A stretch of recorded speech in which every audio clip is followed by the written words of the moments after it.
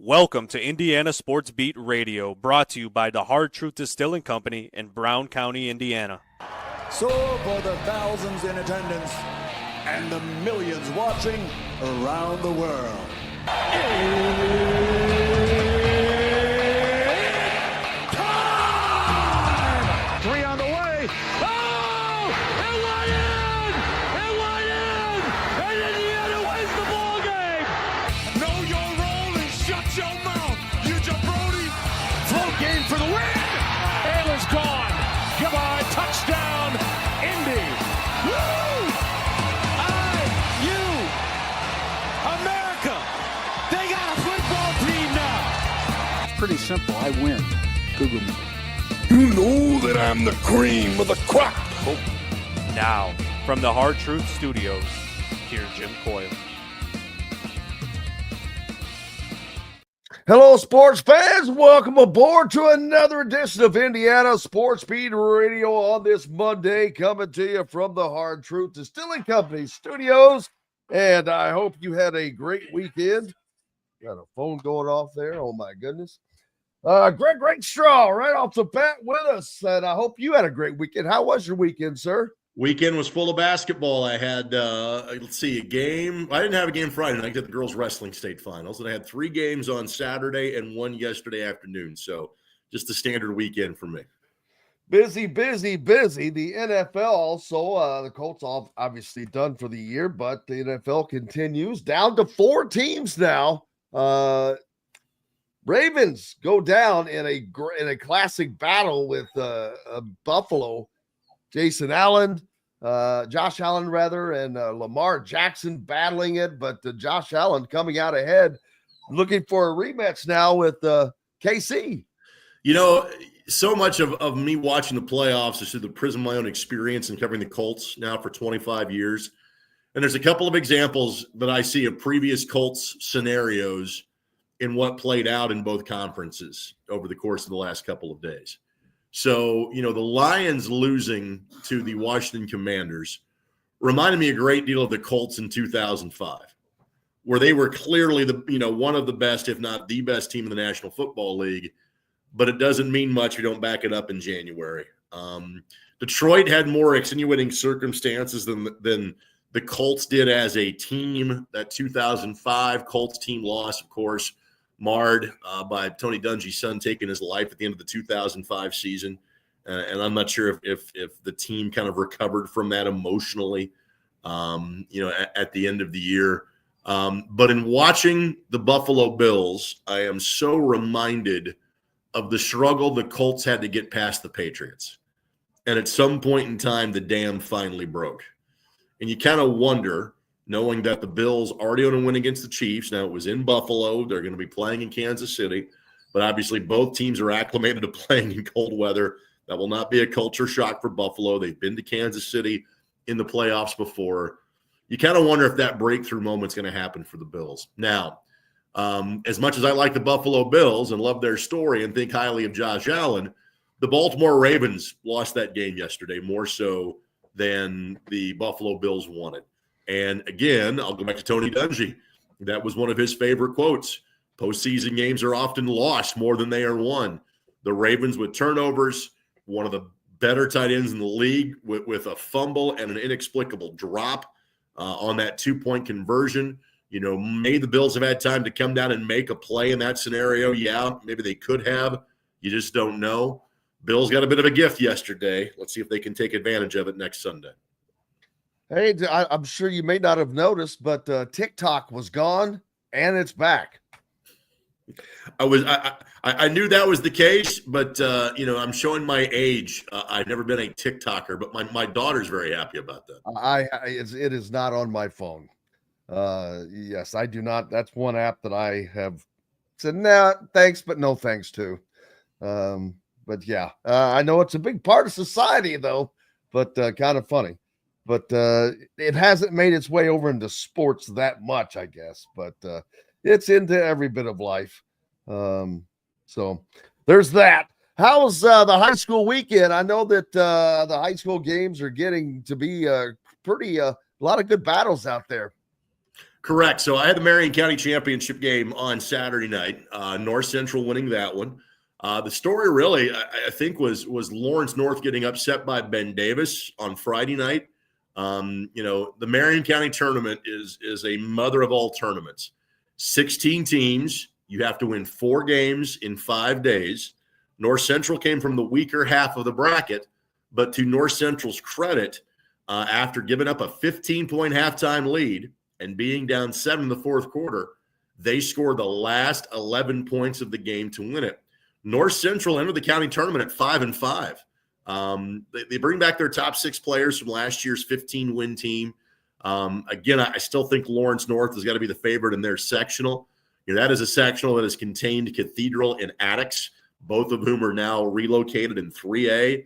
LN, I still think, is the favorite in that sectional 10, that 5-team group, is LN, LC, Warren Central, North Central, and Tech. Warren's been playing really well as of late. They beat LN last Saturday. Then turned around and played them again on Wednesday night in the Marion County quarters and lost that game by 2. So that sectional may be more of a toss-up than I give it credit for. I like to see North Central twice in 3 days this week. They'll play Ben Davis again. This was supposed to be played on January the 10th. It got snowed out.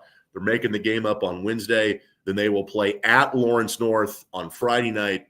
But I think in 4A, the storyline is, does anybody have anything for Fishers? They're one of 2 unbeaten teams in 4A. Crown Point in the region is the other.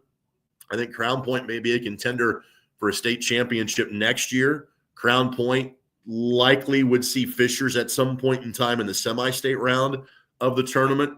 Clint Swan does a great job up there. Maybe they're the team that can knock off Fishers. Warsaw came close to doing that in terms of the Hall of Fame Classic. But at least in 4A, there is a definitive favorite in Fishers as they remain unbeaten going to the last 2 weeks of January. Yeah, no question. They are still rolling, man. They are a team that has just been above the fray, I guess you would say, throughout the season. So looking forward to that. It's kind of cool seeing some old names jumping back to the NFL. With Buffalo, you mentioned finally kind of making it through. Washington, a team that has not been there since maybe Joe Gibbs. And I think, wasn't he on the sideline for their game the other day? He may have been. This was their first playoff win in 19 years last weekend when they beat the Buccaneers. And now, in terms of making a championship game, it may go back to the Joe Gibbs days, the last time that the Washington then Redskins were in an NFC championship. And again, what it shows you is that if you get the quarterback position right, everything else you can kind of figure out. And Washington has not had the quarterback position right for some time. But they take Jaden Daniels at 2. Obviously, that works out tremendously well. They will face a team they know exceedingly well in terms of the Philadelphia Eagles, and obviously not have much in the way of travel to be able to get up to Philadelphia to play that game on Sunday afternoon. I think that one's going to be a good one as well, Jim. Absolutely. What is up next for you? Another busy week of high school hoops, and it looks like it's going to be cold but not snowy. So tomorrow night, Plainfield Lawrence North. Wednesday night, North Central Ben Davis. Friday night, Lawrence North and North Central. And then on Saturday night, Carmel and Brownsburg. And I'll mix in IU, Indy, and Purdue Fort Wayne on Saturday afternoon. Then on Sunday, it is the girls basketball pairing show. We've officially hit that time of the year. So literally before coming on with you, it's kind of making my second pass through the notes. So when I do the basketball pairing shows, when I sit in the analyst chair with Bob as the host, I basically have a paragraph on every section. I'll touch on the top 3 or 4 teams, some of the best players in the state, but really want to focus in on, all right, this is the team with the best record. Here's how they have fared in other matchups. Here is their story in terms of they've won this many sectionals or have not won a sectional in this time.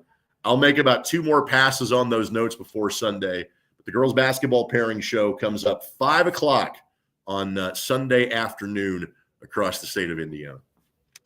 It gets here before you know it, man. The boys tournament will be right behind that. And then before you know it, March Madness will be here. That's the whole thing, man. It just keeps coming. But that's what makes it go around. Looking forward to that. And any on the girls' side, anything special jumping out for you? I think a lot of folks think in 4A we're going to see a rematch of a game that was decided on a last-second shot in the Hall of Fame Classic.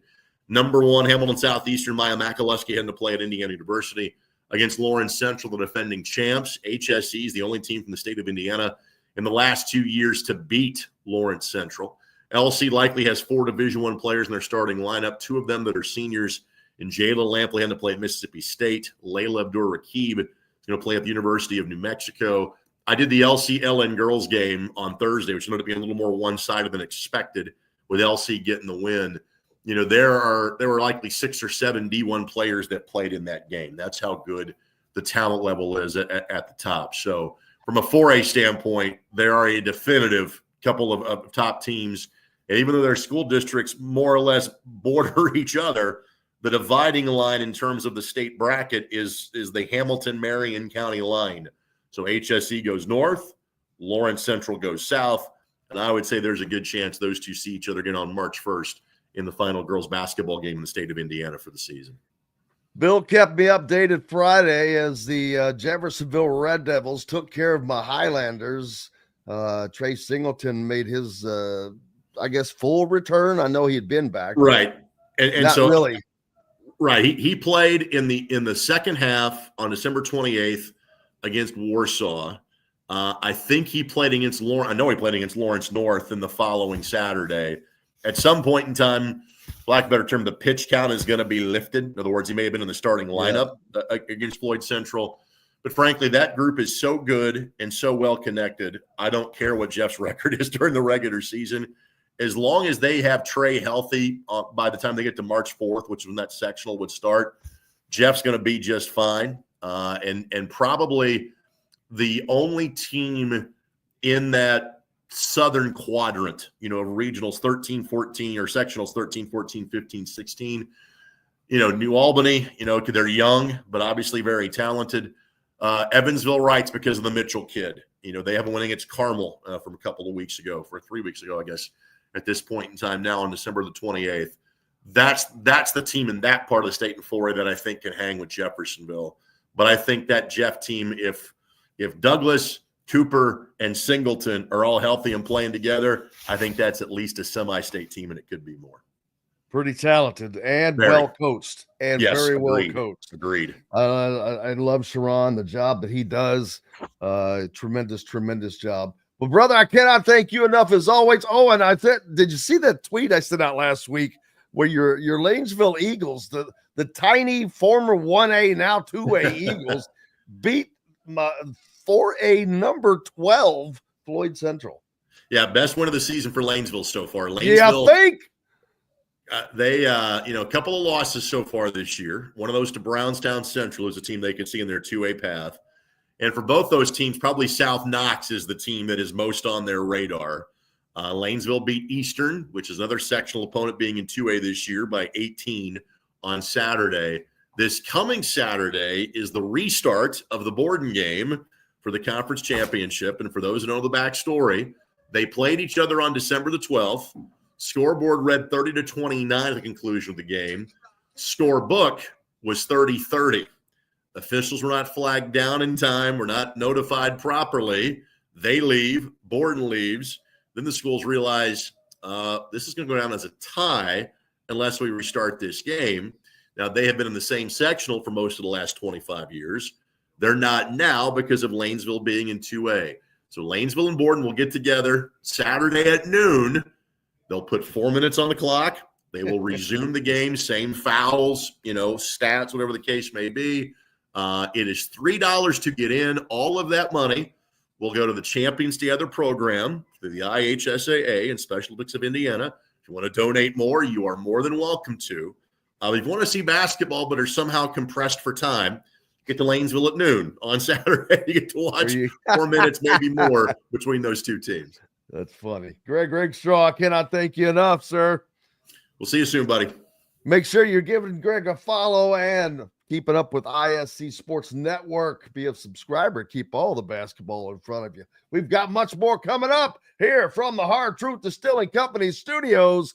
Don Fischer joins us right after this message. At Ben Davis Chevrolet and Ben Davis Ford in Auburn, we're your one-stop shop for all of your automotive needs. We have the area's best selection of over 300 vehicles, including new cars, trucks, vans, and SUVs. Plus a huge selection of pre-owned vehicles in stock. And if we don't have what you're looking for, we'll find it for you. We also have top-of-the-line service and parts, plus a collision repair center, and we're competitively priced on everything. For sales, service, collision, parts, and more, we do it all. Come see us today or visit us online at BenDavisChevrolet.com and BenDavisFord.com.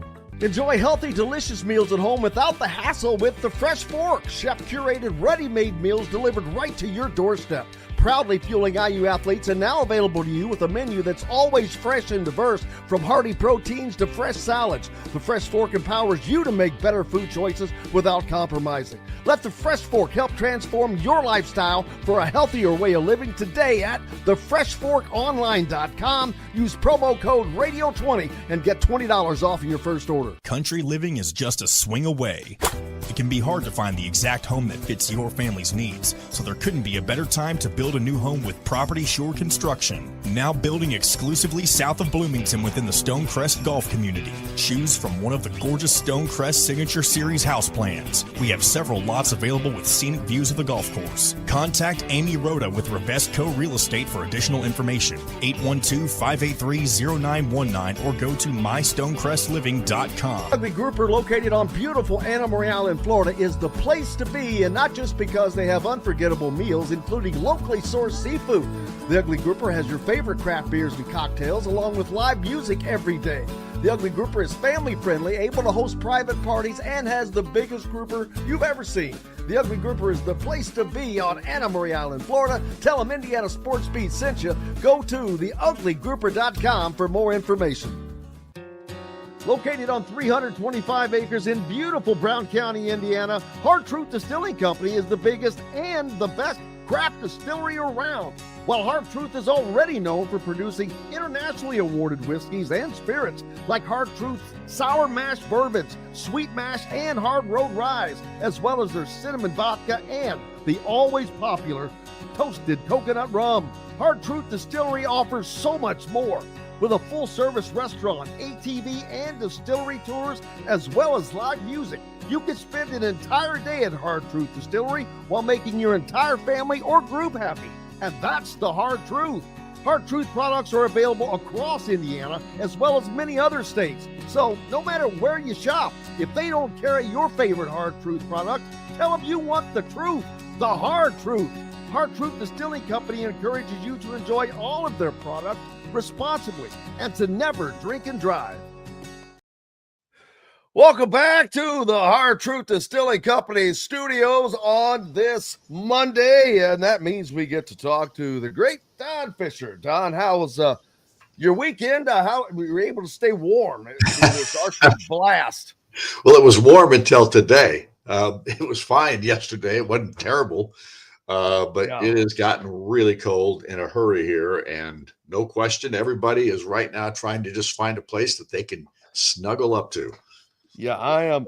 I'm good where I am. I'm not going anywhere.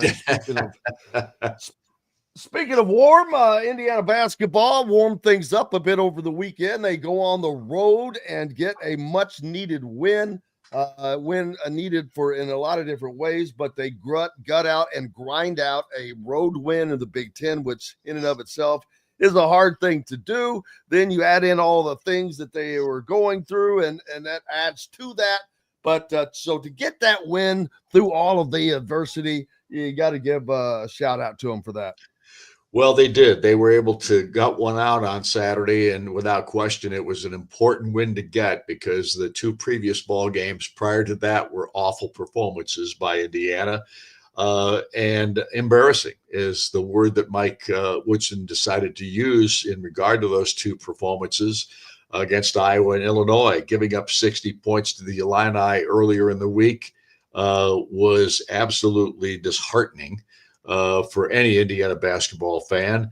And then to lose by 25 in both of those cases, just ridiculous. And all I can tell you is that in the locker room after that ball game, and I didn't hear what was being said at all, but my engineer, who,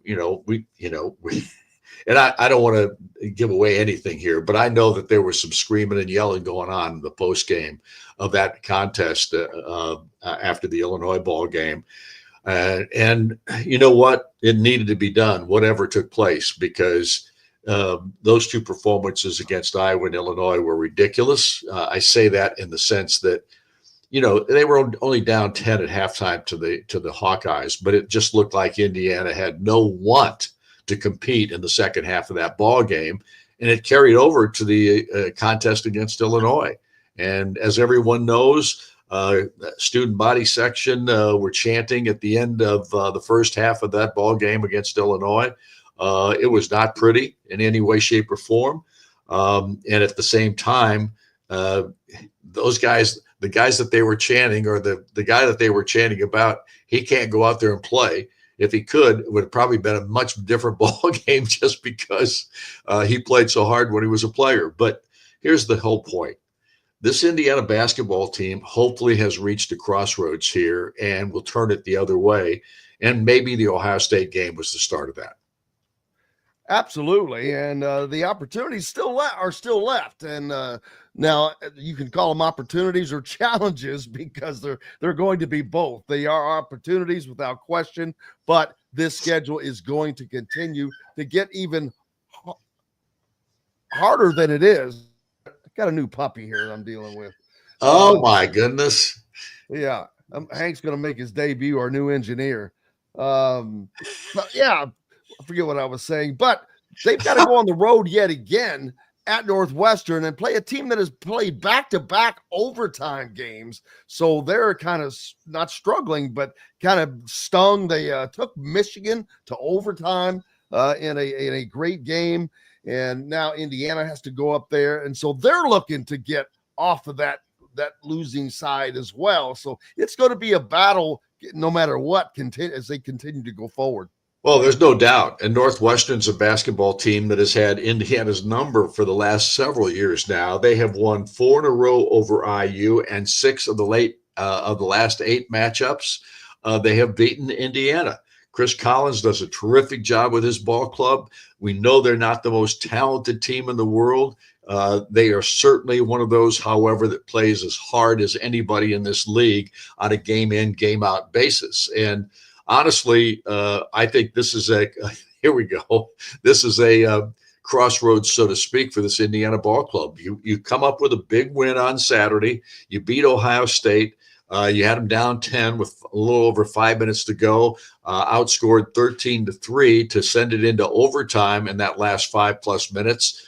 And then you were able to gut it out and win the ball game. So that's more of what we would expect from an Indiana basketball team, so much more so than what we saw in those preceding 2 ball games. So we're looking at a ball club, I think, right now that has maybe as important a week as they've had this season in regard to how the rest of this year might go. And if they play like they're capable of playing with the talent level that they have, they will be in the hunt here for the next several weeks of this season. But if they don't play up to their capabilities, if they struggle again to get off to a slow start against the Northwestern team, as you pointed out, these guys, actually their record at 2-5 in the league is it's so different than what you expect, because they could have won almost every Big Ten game they've played this year.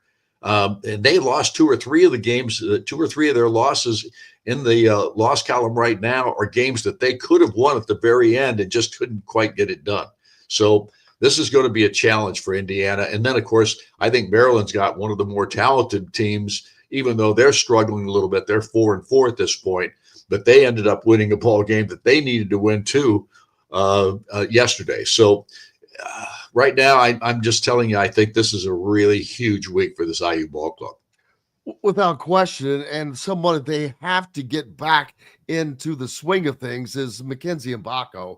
He has just been on a horrible slump.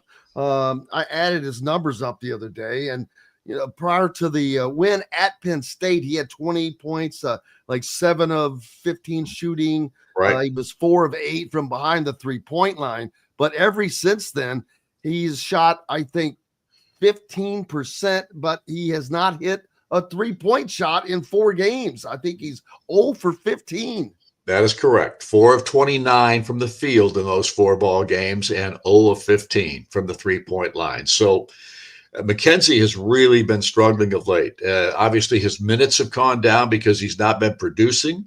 It's a gut check for him, I think, at this juncture.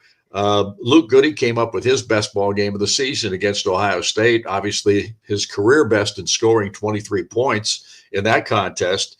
And Umar Ballo, nobody has been more consistent or better than on this basketball team through the last, 6 ball games or so. And he has become the major factor on this team, both offensively and defensively, with his rebounding and his scoring. Yeah, Luke Goody, and you got to give him a shout out as well, because he was kind of right in the middle of all the stuff that was going on last week, and he kind of put himself in that in large part, but he kind of worked himself out of that and worked through that. So that is very encouraging to see, because he goes out and has the best game of his career, and you've got to really dig down deep to be able to do that. I agree. There's no doubt about that. They've got a couple of other players that have got to get going too. I think Miles Rice has played pretty strongly throughout the season, but he's had the up and down kind of thing that shows a little inconsistency in his performances. Foul trouble has plagued him a little bit a couple of times, and that's in this part of the year as well. And it's hoped that Malik Renew will get back here, because obviously and I don't use that as an excuse, because there's no question this team looked a little bit different since he went out of the lineup, and looked like the spacing might have been a little bit better, especially in those early games coming back in January. How he, without Malik, they played really well in those contests early on, and then it kind of all falls a couple of weeks. So we'll just have to wait and see. But again, I think this week I just think it's huge for this ball club and the mentality of this basketball team. Yeah, without question. Hopefully that win can get them back into a better frame of mind, first of all, because not only when you have all of the junk that was going on, and then you're losing on top of it, and losing badly, that all just aggregates and combines up, and you get further into a hole, and they've got a long ways to go yet here in this Big Ten season.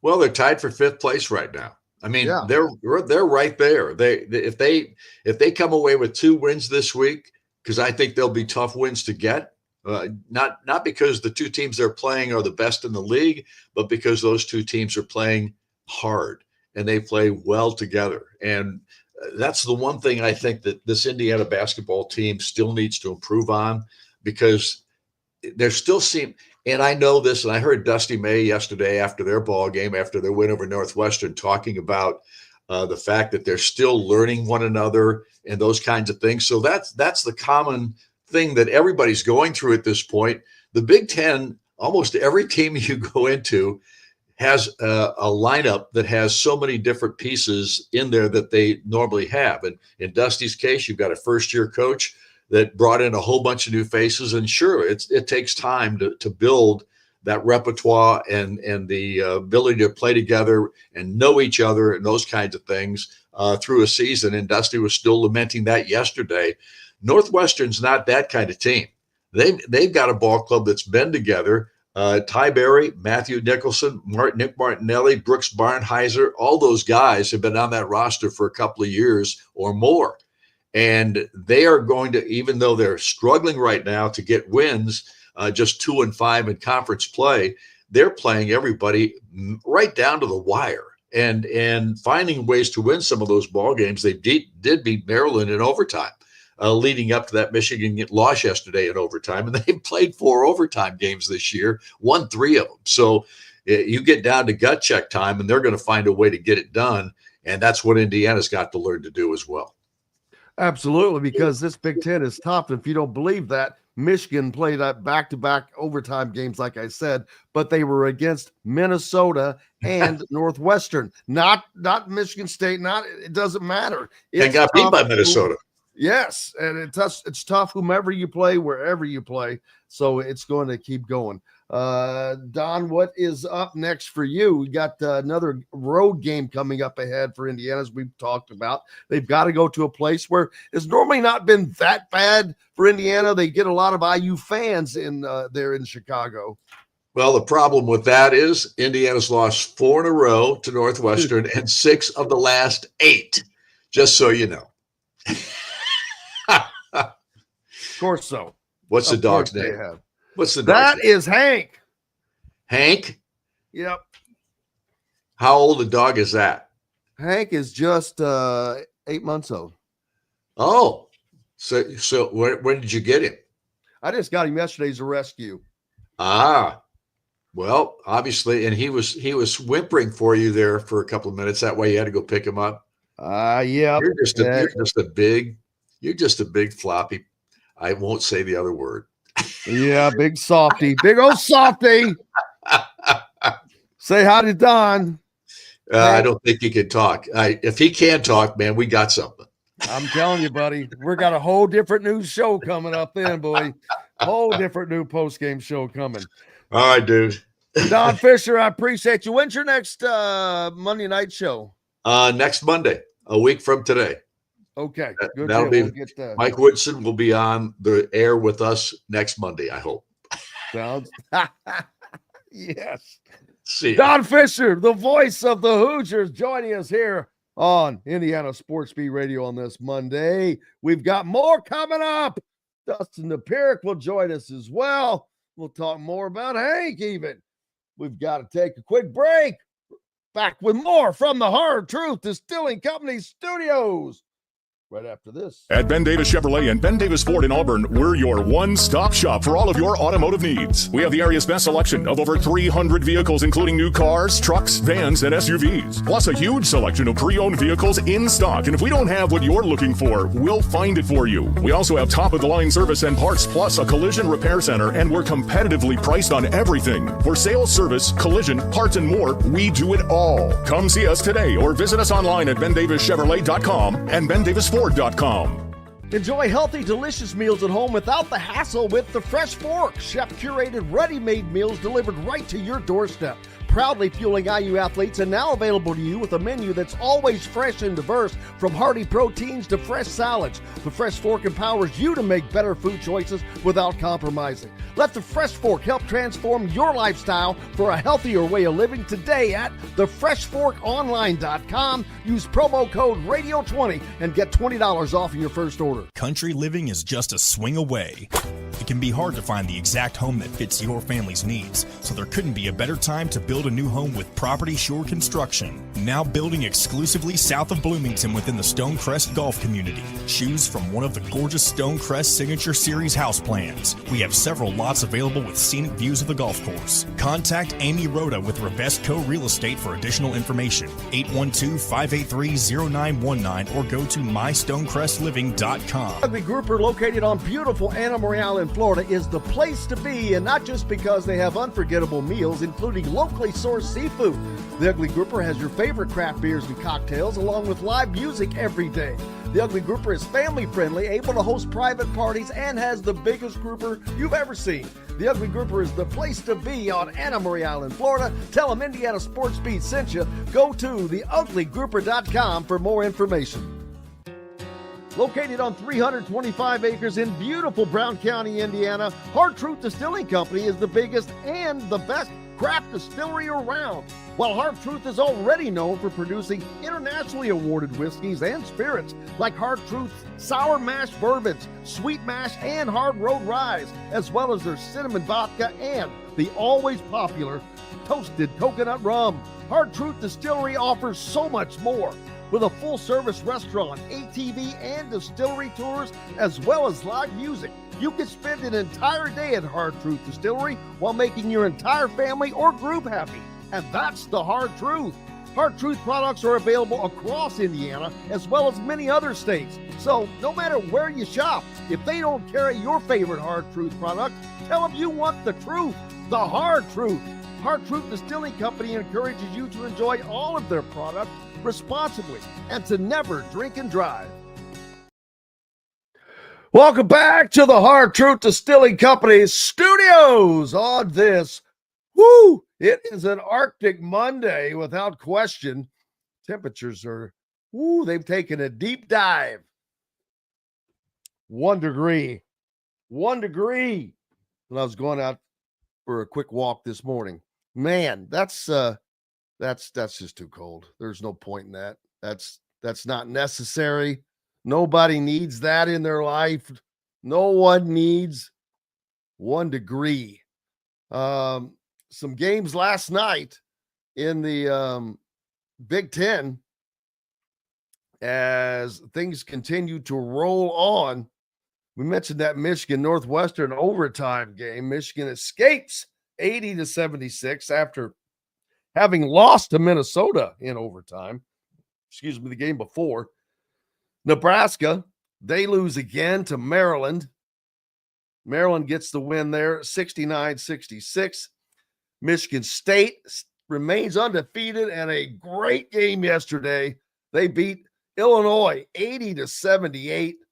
Oregon beats Purdue. No, I apologize. Purdue went to Oregon and got the win, 65-58. Wisconsin over USC, 84-69. And Iowa, they lost big to UCLA, 94-70. So you got that going for you. More importantly, right now, Michigan State stands alone at the top of the Big Ten standings with a 7-0 mark. I thought the Big Ten champion was going to end up losing, 5-6 games. And I know that we still have 13 games remaining. I don't think that Michigan State's going to lose 5 out of the next 13, nor is Purdue, nor is Michigan. Purdue, they're in second place right now. It's 7-1. They're a half game in front of Michigan, who's 6-1 right now after their overtime loss.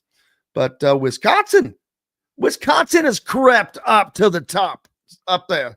They're 5-2. They're right in front of Indiana and Illinois. Illinois, surprising 5-3, man. They're one of the best teams without question in the league. And that's how tough it is. But Indiana hanging tough right now, although their schedule is going to pick up without question. Hit over on the Andy Moore Honda hotline. Appreciate it, everybody. See if there's any comments. I've missed a ton, and it's kind of hard to go back there. But we'll try to do that. Minnesota, Washington, and Ohio State. The last 3 teams in the conference right now. Well, I guess you should say Penn State, Northwestern, Ohio State, and Nebraska.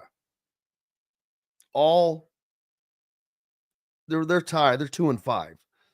Washington and Minnesota are tied at 1-6.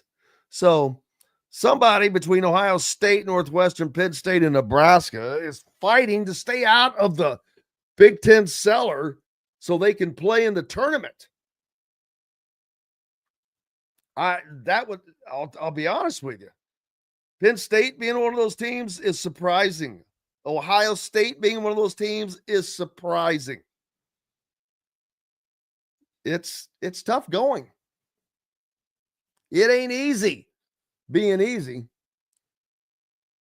Indiana has got a tough road to hoe coming up as they have another road game at Northwestern, a team that is desperate for a win. Like I said, they're 2-5 in the conference, 11-7 overall. And they're 9-1 at home. They lose on the road where they're 0-5. They're 9-1 at home. Something to keep in mind as Indiana is chasing those wins to try to knock them down where you can. Because once they return from Northwestern, they have a home game against Maryland, but then it gets real because 5 out of their next 6 games are against ranked teams, and the team that's not ranked is at Wisconsin, and they have not won there in 1,000 years. So hopefully we can see if that changes for him. Makes things a lot nicer for the fans. And I will say, this Indiana, they did a lot of things, not in just getting the win. They gutted through that. They fought. Now, first question would be, why don't you play like that all the time? Why did it take all of this stuff to get it? That's a whole nother question. Curious, but doesn't matter at this moment. Now they have to sustain that. And can they sustain that without the drama? Can they sustain that without being, engaged in all that outside noise, as it was called? They're going to have to weigh. And Luke Goody, you can tell he takes it seriously. He's one of the ones that has fought through.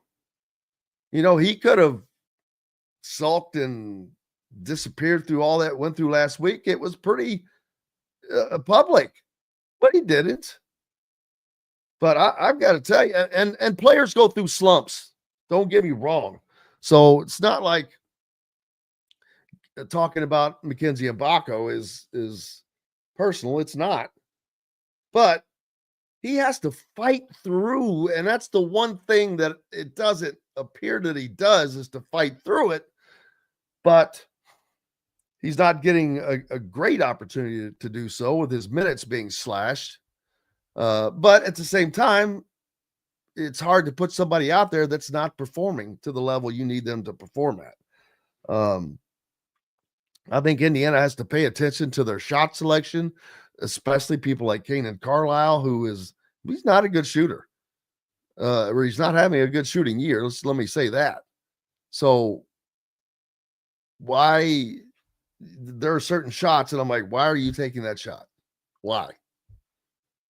So they have to be weary of everything they're doing. They have to be attentive to everything they're doing. There has to be a rhyme and a reason. There has to be an intent. There has to be a purpose. There has to be a planned result, and all of that. So there's that.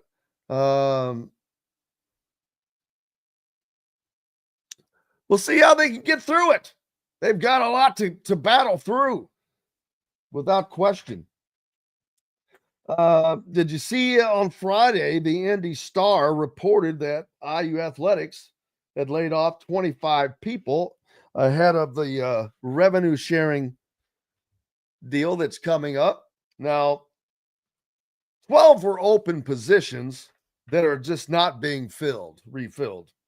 So that means that the other, the remaining 13 were people that were let go.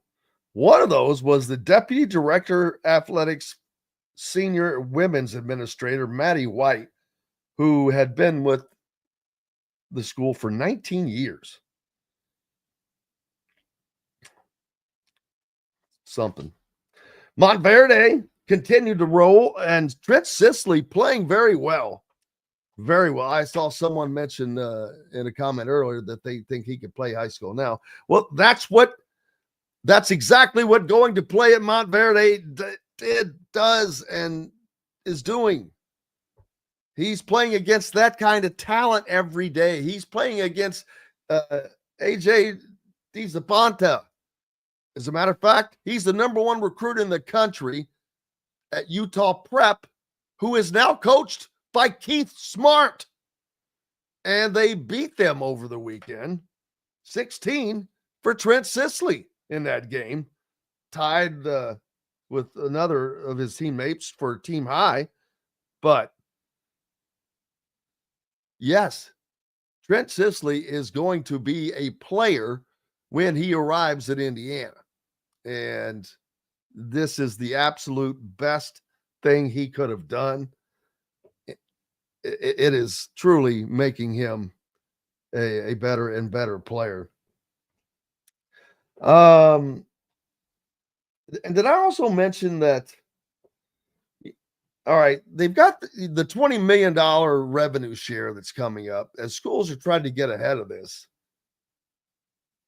it's already been mentioned that a lot of those plans are not going to fly via Title IX, which calls for equity for everything for men and women, because the majority, the money is made through men's basketball and men's football, specifically men's football. That's where the money is being generated. Not that there's not some coming from other sources, but the majority comes from those two sources.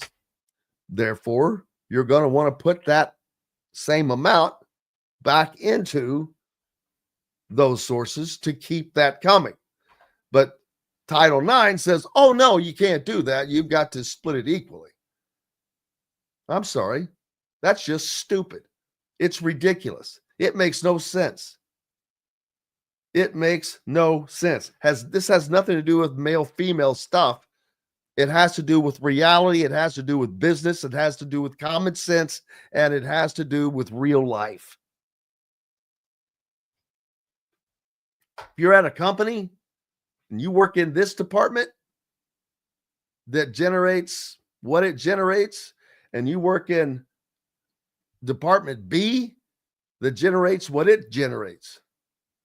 If Department A generates the vast majority of the company's revenue, I'm going to guess that the highest paid employees are going to be in box A, not in box B. And I don't care if they're man, woman, green, yellow, white. Doesn't matter. It's real life. But Title IX, all things must be equal. Well, when that was written, they weren't thinking ahead to this. They didn't see this coming. And I understand that. None of us did.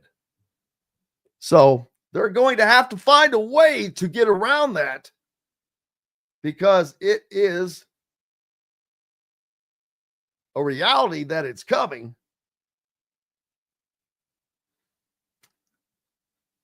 And it's also a reality that they don't have a way to do it. So we'll see that. Jules said, I would like to see the new guys, Ballo and Goody, become the leaders. Galloway and Leo have been too much of the losing ways with Woodson. Well, I mean, they are going to lead by example, I can tell you, because those are the two best players on the floor at the moment. Leo is, Goody.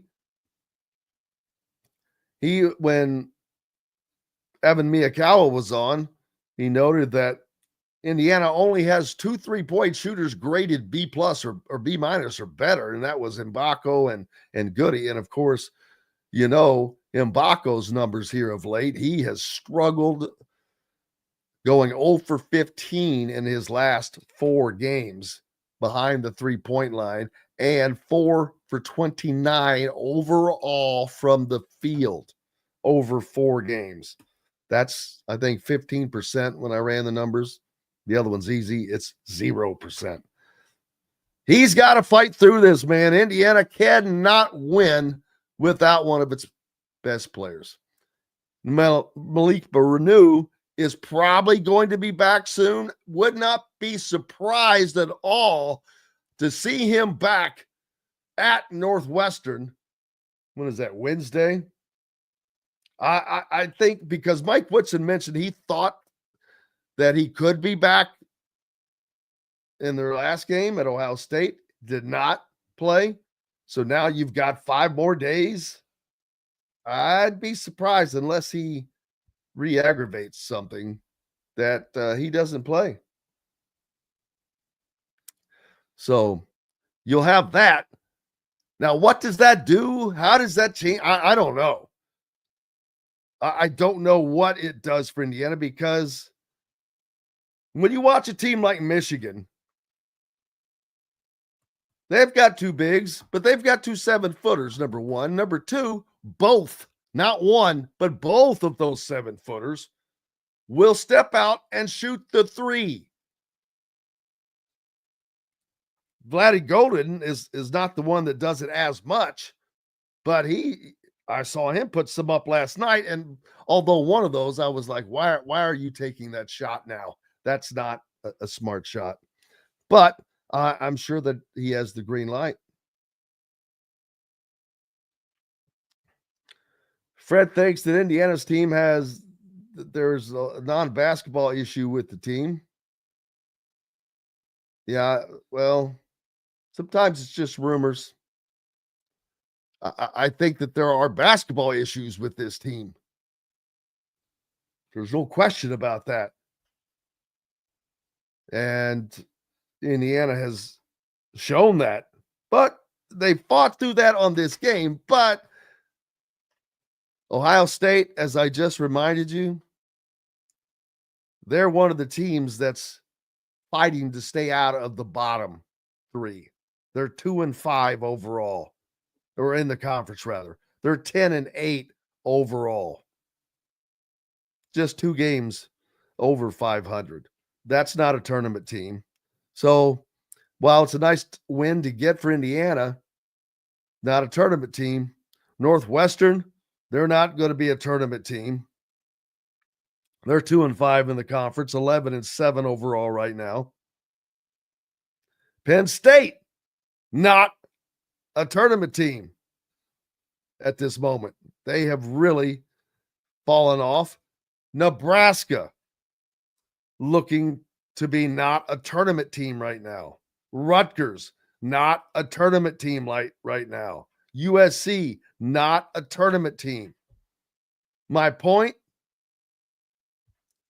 Indiana's wins in the Big Ten have all come over teams that will not make the NCAA tournament.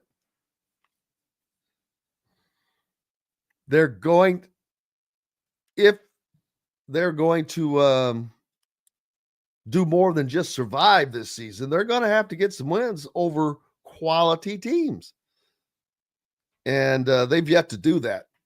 Northwestern is not really an opportunity for that. But Maryland, it falls into that category. Right now, Maryland is 4-4 in the league and 14-5 overall. And they're 0-4 on the road.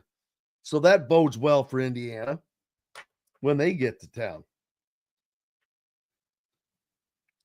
Hopefully, the Hoosiers kid, add a few in there.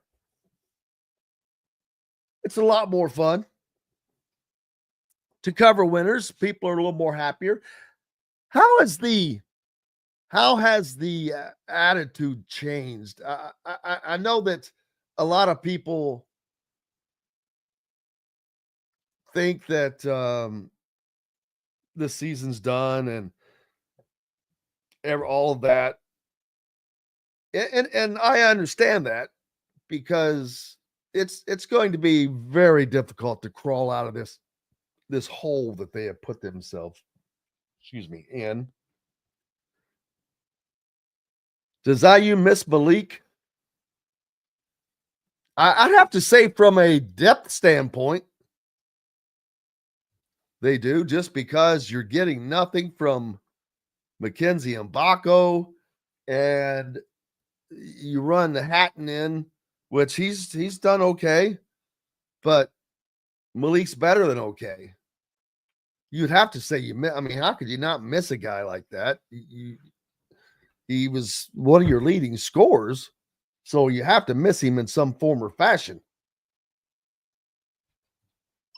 Ooh, I like that. Hard Truth Hank. That's a pretty daggone good one, Justin. I like that. I like that. He is the mascot. Hard Truth Hank. That's right. Absolutely. Ryan wants to know, will Hank go outside or refuse? Well, we were out there in it this morning when it was 1 degree, let me tell you. And you don't ever see me out in 1 degree weather. I'm not going to tell you I liked it either. We've got to take a quick break. When we return, the great Dustin Dopirak will join us from the comfy confines of Arctic Indianapolis. When we return to the Hard Truth Distilling Company Studios. Andy Moore Honda is Bloomington's #1 Honda dealer for a reason. Buy a new Honda and get a 3-month break from car payments. That's right, no payments for 90 days. That includes the all-new, all-electric Honda Prologue, and you get it for just 0.9% financing. Or the 2024 Honda Ridgeline Black Edition or the Honda Accord LX, both for just 1.9% financing. Get more to your door from AndyMooreHonda.com, Bloomington's #1 Honda dealer and your best place for new and used vehicles. Hoosier Hanks East, located on College Ball Road in front of Kroger in Bloomington, is everything you could want. Great food like their custom pizzas, wings, wraps, unbeatable daily drink specials, live music on Fridays, and Hoosier Hanks East is home to Inside Indiana Football and Inside Indiana Basketball coaches shows hosted by Don Fischer. Be on the lookout for Hoosier Hanks ticket giveaways to Indiana and Colts games on social media. Stop by and meet Hoosier Hank at Hoosier Hanks East on College Ball Road in Bloomington. Hungry for something a little different? Well, head to the Rusty Gator Fork and Ale in Bedford, where oceanic flavors meet southern charm with a Cajun flair, like their loaded voodoo fries, gator bites, or jambalaya, and so much more. The Rusty Gator also has live music each Friday and Saturday night with some of the best local and regional artists around. Visit the Rusty Gator Fork and Ale in Bedford and get your Cajun on. If you're looking for a home in the Indianapolis area, you need Cheryl Sizemore from RE/MAX Advanced Realty. Cheryl Sizemore has over 2 decades of experience, and that could be the difference in getting the home you want in today's tough housing market. Reach out to Cheryl Sizemore from RE/MAX Realty at Cheryl@IndyHomePros.com or 317-701-0838. 317-701-0838. Let Cheryl Sizemore help you find the home you want today. Located on 325 acres in beautiful Brown County, Indiana, Hard Truth Distilling Company is the biggest and the best craft distillery around. While Hard Truth is already known for producing internationally awarded whiskeys and spirits like Hard Truth's sour mash bourbons, sweet mash, and hard road ryes, as well as their cinnamon vodka and the always popular toasted coconut rum. Hard Truth Distillery offers so much more. With a full-service restaurant, ATV, and distillery tours, as well as live music, you can spend an entire day at Hard Truth Distillery while making your entire family or group happy. And that's the Hard Truth. Hard Truth products are available across Indiana as well as many other states. So no matter where you shop, if they don't carry your favorite Hard Truth product, tell them you want the truth, the Hard Truth. Hard Truth Distilling Company encourages you to enjoy all of their products responsibly and to never drink and drive. Welcome back, Indiana Sports Beat Radio on this Monday. Thank you so much for being with us. It is cold out there, but we've got Dustin Dopirak to warm things up from the Indy Star and the Pacers beat writer. And the Pacers, speaking of warm, they're not warm, they're hot. They're on fire, baby. They're in fuego. 7 of 8 wins for the Circle Cityers. Man, they're this is not the same team we saw open the season, Dustin.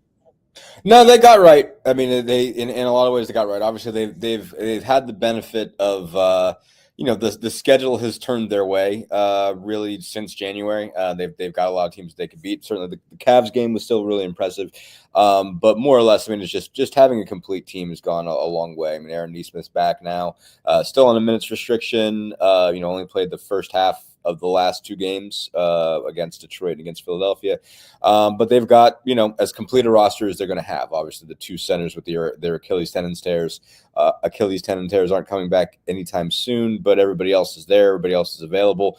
And so, that goes a long way. Again, I think they were playing without important pieces of their connective tissue for a long time, and they were just trying to make it work and didn't.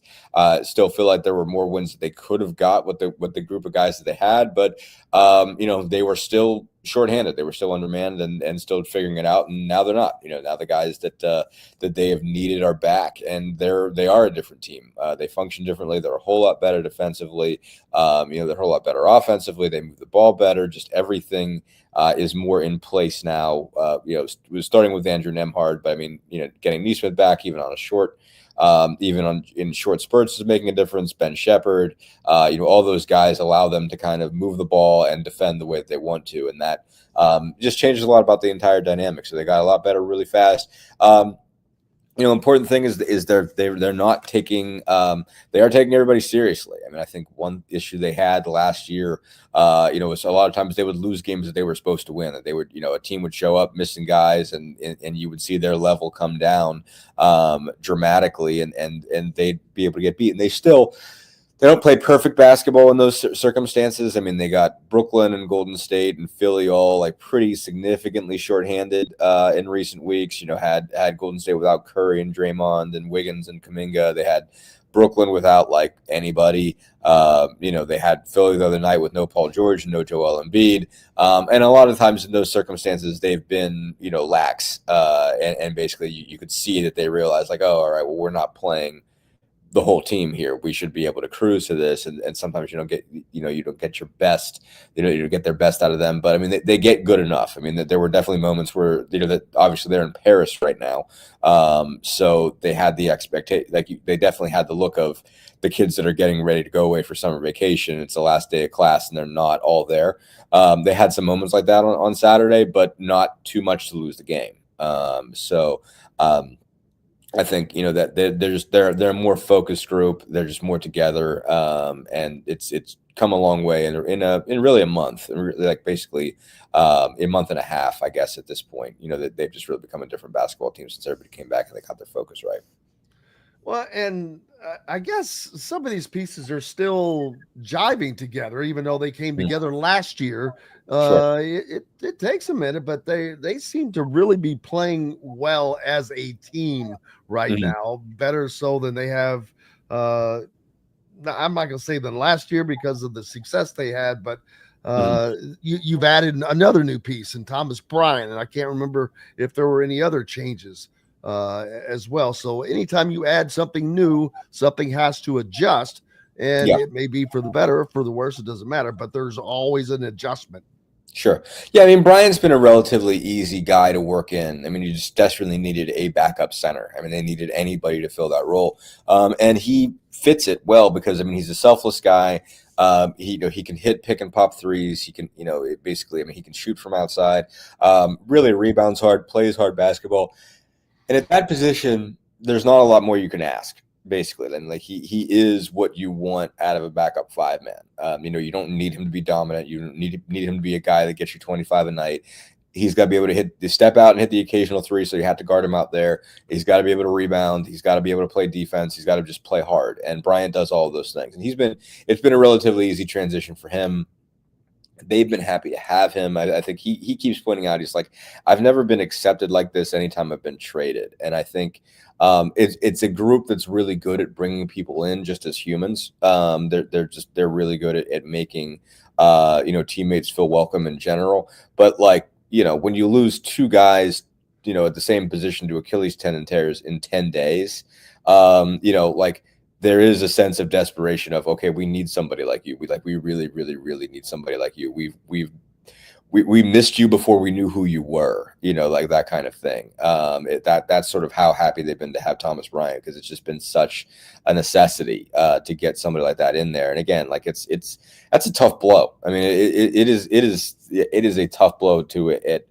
At a pretty important position to lose two guys like the way they did to catastrophic injuries in a short period of time. So that's been easy. I think one of as far as transitioning new guys, Ben Mathurin, was not part of, got taken out by a torn labrum beginning in March last year. Obviously, he had 2 years with the guys and everything like that. So, he's not new, but they've been trying to force him to become a more easy fit with this group for a long period of time. Because Mathurin is just a really talented one-on-one scorer. He's a guy that can just really break you down off the dribble and attack you. And like that doesn't always fit what they do, because the ball can stick with him, and they want to move the ball constantly. I mean, they've led the league in passes thrown in the last 2 years. They're I think they're first in the league in passes again. They want the ball to move constantly, so they don't want somebody sitting there and crossing over their defender 3 or 4 times and like deciding when they're going to go, when they're not going to go, and have it look like kind of a playground game. Like you're not trying to have somebody just really show off his one-on-one moves. Like you want him to decide very, very quickly how fast, he's going to get. Can he get downhill and score, or can he shoot, or is he going to pass the ball? Like that's how they want him to operate. And it's taken a lot for him to get it right, but he really has. And like he's taking more catch and shoot threes. He's hitting more catch and shoot threes. You need that from that position. He's moving the ball better. He's really kind of become a good fit. And so it makes it a difficult call as whether or not they're going to start Nesmith or Mathurin in the long term. Obviously, as long as Nesmith's on a minutes restriction, it's still kind of an easy call. But Nesmith's really good at all that, just move the ball or shoot type of stuff. And Mathurin's become better at it, and getting him used to that, I think, has been it's been a process, but you've really seen it lately. I mean, I think they're the starting lineup with him in it, when you look at like net rating, like basically like offensive efficiency versus defensive efficiency when he's on the floor, or not when he's on the floor, when those 5 guys are together, is one of the best lineups in the NBA. Like, I mean, they're at like 120 or like 112, 113, offensive efficiency, and they're under 100 as far as defensive efficiency. They're like 97.7, and that's a crazy number for them, considering how bad of a defensive team this has been the last 2 years. With their starting 5 on the floor, they have one of the best defensive units in the league, and so that is a drastic improvement from what you saw a year ago when they were giving up 150 points and winning games. So Mathurin growing into that role has been a big deal. And now, then you get Nesmith back, and you've got Shepherd back. And so you really got 3 kind of longer wings, in the 6'4" to 6'6" range that can really guard. You've got Nembhard as a point of attack guy. Pascal Siakam, I think you're getting better defense out of him. And all of those things together make them a tough team to score on. And again, for the last 2 years, they have not been a tough team to score on. In the beginning of this year, they were not a tough team to score on, but really the last month, they've got a bunch of games in there where they've given up, either under 100 or just over 100. I mean, like a bunch of the games in the stretch of 7 of the last 8, they've held teams under 110. And again, that's not a thing that happened a lot of times last year. A lot of times they had to win games 135 to 120, and so there's less of that. And so that's it's made them a better basketball team. Absolutely. And it's good to see, especially you'd rather see a team start out slow and then catch on fire than the vice versa, because hopefully this is something that they can now ride through the end of the season. And if they can, that's going to continue to put them in a great position. They've jumped up to the 5th spot in the Eastern Conference standings, which is a far cry from where they were not too long ago before they got this going. And they look solid in doing it. They don't look like this is just some kind of streak. They look comfortable. They look like this is them. Right. Yeah. I mean, again, they're established enough coming in, that they should be there. I mean, obviously, it's going to get more difficult. They're not going to win 7 out of every 8 for the rest of the season. Like there's going to be tougher times coming. They're going to hit a losing streak at some point, and they've got to make a decision here in about 3 weeks. Like what they want to do at the deadline. Whether they want to add somebody, whether they don't. How that's going to go. I mean, and really with Nesmith back, even there's going to be some rocky times as far as everybody figuring out how the rules change. I mean, there's a couple guys obviously at the end of that rotation. Jarris Walker, Ben Shepherd, that are going to see a minutes cut, and they're going to see their just nightly kind of routine be different. And so that's there are adjustments that are going to be made. It is not going to be smooth sailing the rest of the way, but they have put themselves in a lot better position. Basically, and they're really, this Paris trip is going to be weird. That's kind of another piece. I mean, they have been playing a really tightened up schedule all season long to be able to prepare for this. So because they're basically only playing 2 games in the next 8 days, and that's really it's going to mess with their rhythm. Certainly they're going to go out there. They're going to have a whole bunch of stuff to do that's not basketball. They're going to have to be part of kind of an ambassadorship, frankly, to France. Basically, they're obviously coming in to play their guy, so it's not like the French aren't going to be interested to start with just to see Wembanyama in Paris again. But the flip side of that is they're going to be the other NBA team, but they are selling the NBA to Paris, to Europe at large. That's what this is going to be. And so that means they have to go do events and stuff, so they have to go, they're part of the contingent that's selling this league to Paris. So, there's going to be stuff, and it's not going to be routine, and they're going to go hang out, and they're going to go see stuff, and they're going to go, there's going to be bonding and whatnot, but there's going to be a lot of time spent there that's not basketball. Sure, they're going to practice plenty, and that's important. They're going to have that. But, it's going to mess with their routine. They're going to come back, be jet lagged. They don't play again until, here in Indianapolis until next Wednesday. And I think, they have, a 3-day break to get right out here, but it's still going to be something. It's still going to mess with their rhythm, all that kind of thing, and they're going to have to get used to it. So there's going to be a lot of things they have to get used to. But to your grander point, they just had to get back in it. The 10-15 start puts you in a real bad trajectory. That puts you in. You're lucky if you're going to get in the play-in. A better chance you're going to end up out of the playoff, and you're going to be in the lottery, and you have some real problems in that case, because they spent a lot of money keeping this group together. And if this group would have just cashed out, if this group would have just not performed, you got to make a lot of hard decisions, and it's not easy to move guys when they're getting paid as much as they're getting paid. Just from a cap standpoint, the rules in terms of how you can trade guys, it's hard. If they wanted to move on from their top 2, that'd be really hard to do, in terms of what you get back, what you have to demand, and who can meet that, that kind of deal. So if they had to go a different direction, they'd have had some problems. And so obviously they've got a lot of that right, that you can say, okay, it's a smaller, whatever decisions you're making as far as the roster is concerned are smaller and more manageable. You're not blowing this thing up, and you're going to be, you trust that this is a playoff roster going forward, year over year. It's a question of how you make it a championship roster. Cleveland still looking really good, 35-6 on the season, and Indiana beat them. It's amazing that one of those 6 losses came from, at least one of those. They have to play them one more time, right? Yeah, twice. No, they have twice more. They have another. Two more. They're a division opponent, so you forget there are divisions in basketball sometimes, because the only way that they matter is in scheduling. They don't matter. It doesn't matter if you win the division. You can hang a banner if you want to, but it's not like a thing that anybody talks about. But they exist. There are divisions in the NBA, and so they're in the Central, and so they play everybody in the Central 4 times. So I think they've got one more. They've got one more at home, and I know they played them the last game of the year in Cleveland. Basically, so by that point, presumably both of these teams will have a sense of who they are. They're probably not going to get a full. I imagine by that point, Cleveland will have clinched the 1 seed and done it by with some space, and they probably won't need to play anybody that night. So that might be an easy win for the Pacers to get at the end of the year if they still need something to be the 5 versus the 6 versus the 4 or whatever.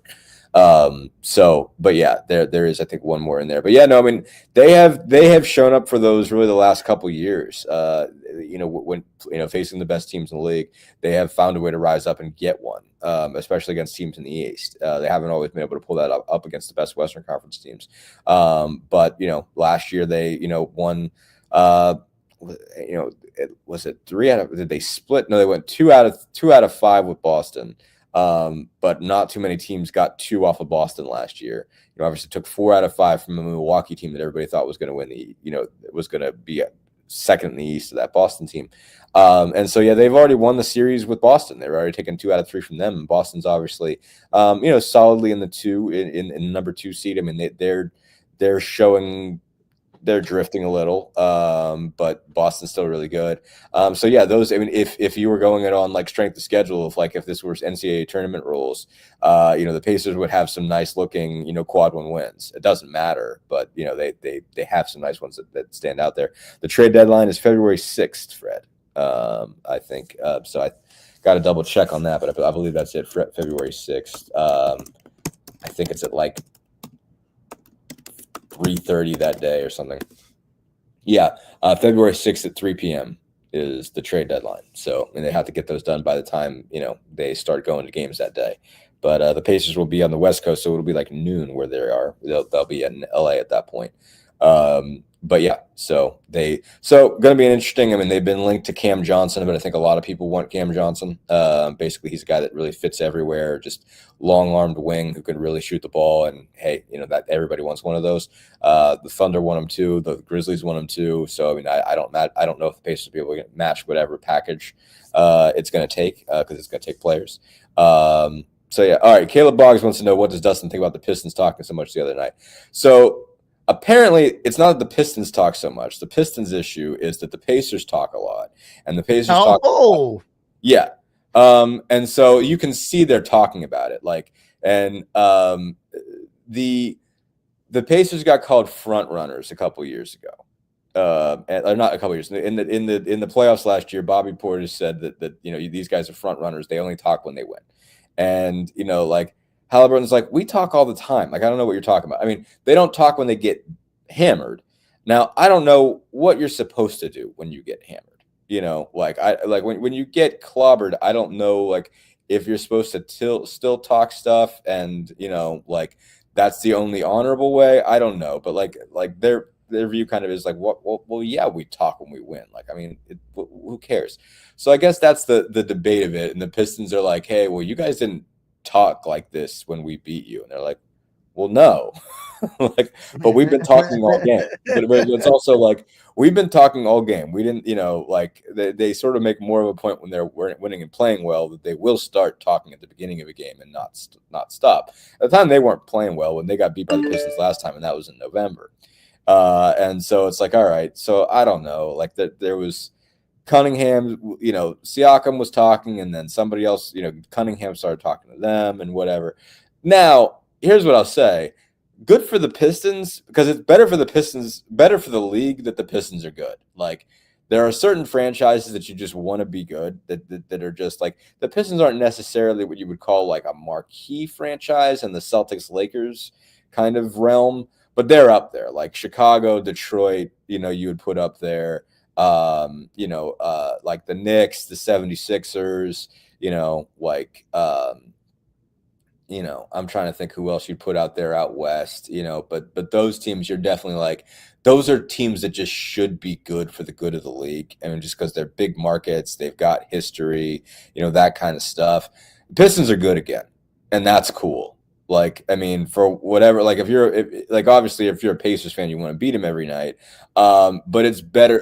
It was brutal over there. They had to blow the joint up, and they've been, they got really high draft picks, but it was talented guys that it wasn't going anywhere. Last year they were 17-65. The year before that, I think they were 14-68. I mean, they were bad, but these guys are a lot better. Cade Cunningham's an all-star. And it's a rough deal for Jaden Ivey that he broke his tibia, because Jaden Ivey was really getting right. And you were starting to see the guy you saw at Purdue again. And that's better. I don't know. I mean, a lot of IU fans on here might not really be that excited about seeing Jaden Ivey be good. Jaden Ivey's a fun guy to watch play basketball. I don't care. I don't care. I mean, he is just and he looked like he just had lost confidence and space. He was fun in college. Yeah, he was fun in college. And so you weren't seeing that guy over the last year, and you were starting to see him again before he broke his leg. And so, obviously it's a clean bone breaks. Obviously you can heal from, it's not necessarily one, you get back once it gets together, they're going to be okay. And so Ivy, Cunningham, All-Star Thompson, Jalen Duren, that's a fun team for years. And if they're going to be squawking with the Pacers, that's not a bad thing. That can be a lot of fun.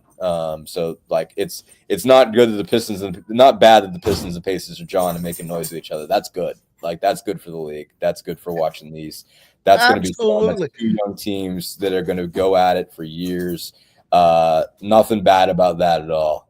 That's going to be entertaining basketball. Like, it's different. It's not like the early 2Ks when they were playing 69 to 67 playoff games. It's not going to be like that. There's no Tayshaun Prince and Rip Hamilton on this team, but there are dudes, and they're going to be fun.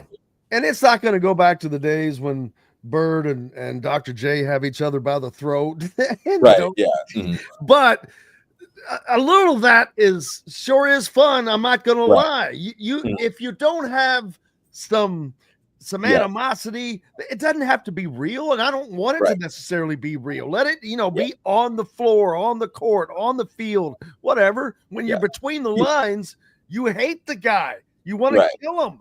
Now, when you're off, it's over. It's a game. But I love and miss those aspects of any game, and the officiating, especially in college games. Boy, you cannot even think about looking in somebody's way without getting a technical foul. And that's plumb ridiculous. Right. They've gone too far and to sanitize it. It does take. I get that you want to keep it civil because I'm all about civility, but that's the problem. People can't find the line. They can't stop at the line. Somebody has to always go over the line. And that's what kind of ruins that. But I love it, man. I love a little something, a little pepper. Yeah. It's not a bad thing. Yeah. No, I mean, like, obviously, obviously you don't want punches thrown. You don't want guys getting into it in a bad way. But like, and again, like, these players end up playing together on different stuff. Like, they end up working stuff out. I mean, Halliburton played with Cade back in, under 19 Worlds, FIBA stuff, like they go way back. And so, like it's not nasty, but, like it's, it is fun. And it's just like, okay, like, I mean, like the Pacers are getting a reputation for a team that talks. And so it's like, okay, well, that's not bad. Like, and it's just like, it's not a bad thing. I mean, like they'll draw with the Knicks, they'll draw with the Bucks, they'll draw with whoever. Everybody notices that they still have James Johnson, and basically anytime anything wants to get physical, James stands up, and everybody's like, "You're right. I don't want to mess with you. I don't need that in my life." So, fairly well done. So yeah, it's, but no, it's not bad to have that. I mean, these guys like talking on each other. I mean, like you see. Halliburton squawks all the time. Mathurin's, talking all the time. I mean, and Siakam does too. Siakam talks more than you think. And so as a group, like they get into it with guys, and hey, that's not bad. Again, competitive fire and the whole bit. It's not bad stuff. We got to take a quick break. The great Dustin Dopirak from the Indy Stars with us. Hey, guess what else is going on tonight? Little thing called the College Football Playoff Championship is all. We've got that lined up. It's MLK Day, so happy MLK Day to everyone. And I believe it's Presidential Inauguration Day, man. There's all happening at once. Yes, a lot of stuff. It's crazy. A lot of stuff going on. A lot of ins and outs, a lot of facets to the situation. We've got to take a quick break. Yep. The dude will be turned after this. Located on 325 acres in beautiful Brown County, Indiana, Hard Truth Distilling Company is the biggest and the best craft distillery around. While Hard Truth is already known for producing internationally awarded whiskeys and spirits like Hard Truth's sour mash bourbons, sweet mash, and hard road ryes, as well as their cinnamon vodka and the always popular toasted coconut rum. Hard Truth Distillery offers so much more. With a full-service restaurant, ATV, and distillery tours, as well as live music, you can spend an entire day at Hard Truth Distillery while making your entire family or group happy. And that's the Hard Truth. Hard Truth products are available across Indiana, as well as many other states. So no matter where you shop, if they don't carry your favorite Hard Truth product, tell them you want the truth, the Hard Truth. Hard Truth Distilling Company encourages you to enjoy all of their products responsibly and to never drink and drive. country living is just a swing away. It can be hard to find the exact home that fits your family's needs, so there couldn't be a better time to build a new home with Property Shore Construction. Now building exclusively south of Bloomington within the Stonecrest Golf community. Choose from one of the gorgeous Stonecrest Signature Series house plans. We have several lots available with scenic views of the golf course. Contact Amy Rhoda with Revestco Real Estate for additional information. 812-583-0919 or go to mystonecrestliving.com. Hoosier Hanks East, located on College Ball Road in front of Kroger in Bloomington, is everything you could want. Great food like their custom pizzas, wings, wraps, unbeatable daily drink specials, live music on Fridays, and Hoosier Hanks East is home to Inside Indiana Football and Inside Indiana Basketball coaches shows hosted by Don Fischer. Be on the lookout for Hoosier Hanks ticket giveaways to Indiana and Colts games on social media. Stop by and meet Hoosier Hank at Hoosier Hanks East on College Ball Road in Bloomington. Whether it's a night out with the family, after work with colleagues, or catching the game with friends, Bubba's 33 is the place for you. Bubba's 33 offers a mouthwatering menu of selections that are all made from scratch every day. The portions are big, but the prices are small. And with over 50 big screen TVs, you'll never miss the big game. Bubba's 33, pizza, burgers, beer. Ugly Grouper, located on beautiful Anna Marie Island, Florida, is the place to be, and not just because they have unforgettable meals, including locally sourced seafood. The Ugly Grouper has your favorite craft beers and cocktails, along with live music every day. The Ugly Grouper is family-friendly, able to host private parties, and has the biggest grouper you've ever seen. The Ugly Grouper is the place to be on Anna Marie Island, Florida. Tell them Indiana Sports Beat sent you. Go to theuglygrouper.com for more information. Welcome back to the Hard Truth Distilling Company studios on this Monday. It is Arctic out there, man. That's cold. Yeah, that's cold. I had to go outside early, and it was one. That does not compute in my brain, man. Good thing the CFP is not being played anywhere north of the Mason-Dixon line, because it would be a different scenario, unless they were inside, of course. But tonight in Atlanta, baby, the first playoff, true college football playoff, will name a champion.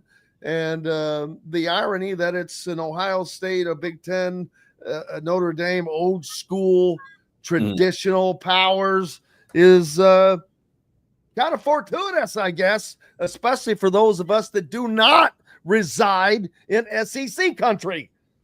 I'm sure they're not watching it down there tonight. They'll be watching another edition of Andy Griffith or something. Jeez, man. Oh, we're really harsh on this. It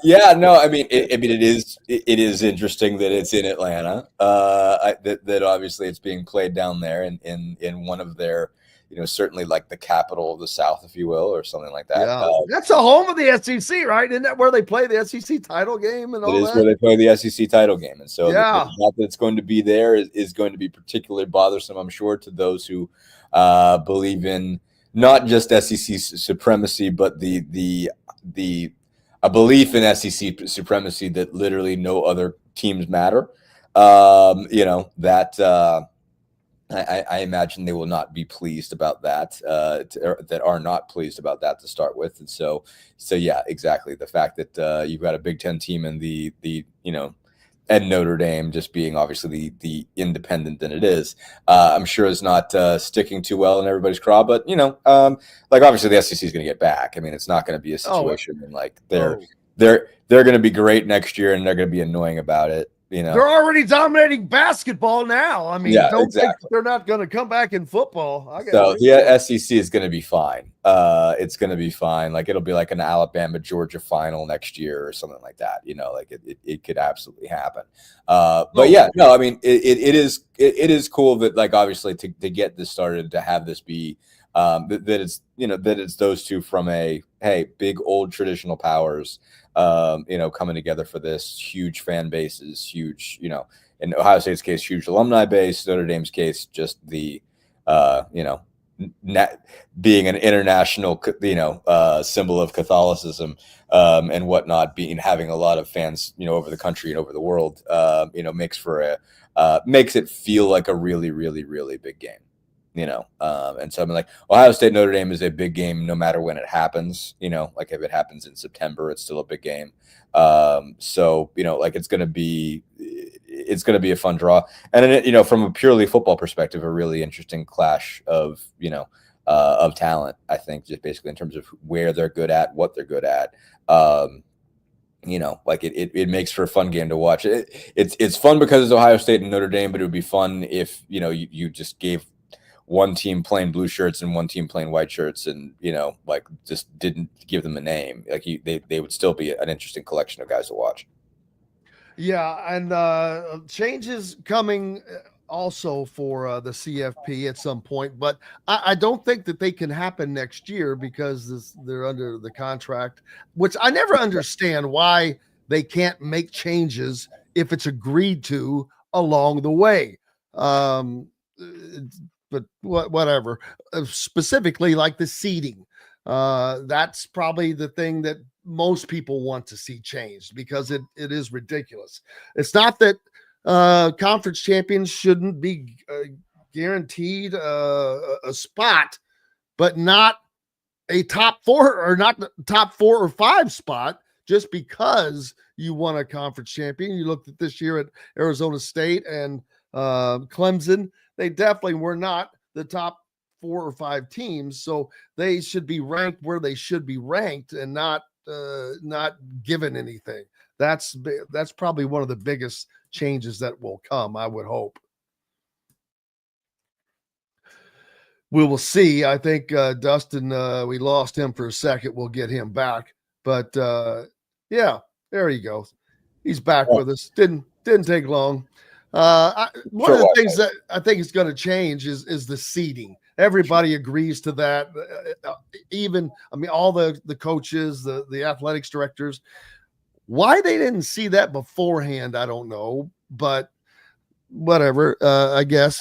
I think if you look at it, obviously where the situation is like, if you look at it from, okay, these are the stakeholders' perspectives. If you're the ACC and the Big 12 and you're fighting off, especially if you're the Big 12 and you've had to reconstitute yourself, basically, where you've lost Texas and Oklahoma and you've had to fight to, kind of constitute your conference, know that you're going to be fighting from behind, like to be a part in this, to sign on, you like basically like you're fighting for stuff. And so like that, you have to count like a bye for your champion as something that you won. And if they're going to take it away from you, like that's going to be hard because like you're not going to be able to guarantee yourself that. And so like this year, if they didn't have the bye, Arizona State's the 12th seed. They're on the road in the first round, and they're out and forgotten about. Like they ended up at least playing a really good game. Basically a really good quarterfinal. One of the better games. Probably, yeah. One of the best 2 or 3 games in the entire playoff. Yeah, that was terrific. You could argue it was the best game in the playoff. And so that was an excellent football game. But like you had to fight for that. I think it's to like being having that bye gives you the opportunity that you wouldn't get otherwise, and it maintains your like kind of equal standing if you're them. And so like this would have been an entirely different scenario if they did this when all those conferences were at full strength. If you still had a functional Pac-12, and you still had the Big 12, and you still had, the Big 12 with Texas and Oklahoma, you still had, the ACC didn't really lose anybody, but the ACC doesn't feel like, it's, what am I trying to say here? The SEC just isn't at the level of the SEC and the Big 10 right now. If you still had, if Clemson was still Clemson from 5 years ago, then obviously this is a totally different world that we would be in. And that's how long they've been arguing this thing. And it's like, it's a different ballgame in part because you have decimated some conferences, you have built up others. So they're so large as to barely be manageable. And that changes the way that you are going to seed this thing and how it makes sense. I think a lot of, all the other conferences concern is that it's going to be the SEC Big Ten Invitational, more or less. And that's, I think, everybody's concerned. So they're going to fight for things like a bye, for champions. Like they're going to try to do things that give them some level of standing. And coaches might be okay with it in the long term, but like if you're the ACC and the Big 12, like you are going to have something. They're going to have to give you something to take away your bye, in terms of them being able to agree to it. So, or you're the group of 5 conferences. I mean, basically, like in order to, and I don't know what leverage they have, but they're gonna fight to keep those buys so that they don't feel like they are letting it become dominated by the SEC and the Big Ten. And if there's not guaranteed spots for champions, they're really not gonna be okay with that. Yeah, and I wonder if there's going to be an expansion. I would imagine so, especially the SEC will probably push for that because they would have needed an expansion to get in this season. Because I promise you, there are a lot of people who thought there was never going to be a scenario where the SEC did not get in more teams than they did this year. I was one of those people. I would not have thought that because they've been so solid for so long. When we're like, are they really? Right. So, yeah, I think we're going to see a few more teams, which I'm okay with that. I'm like, you know what? Who cares? The March Madness is awesome. You never know when you're going to get that game. You just don't. It's crazy. It doesn't happen a lot in football. But I also want to see, had they seeded it correctly? I think the first round games would have been a lot more competitive and a lot more fun to watch. And that may have fed into the next round. I don't know that. But I would rather have seen Indiana play a Boise State or Arizona State as opposed to Notre Dame right off the bat.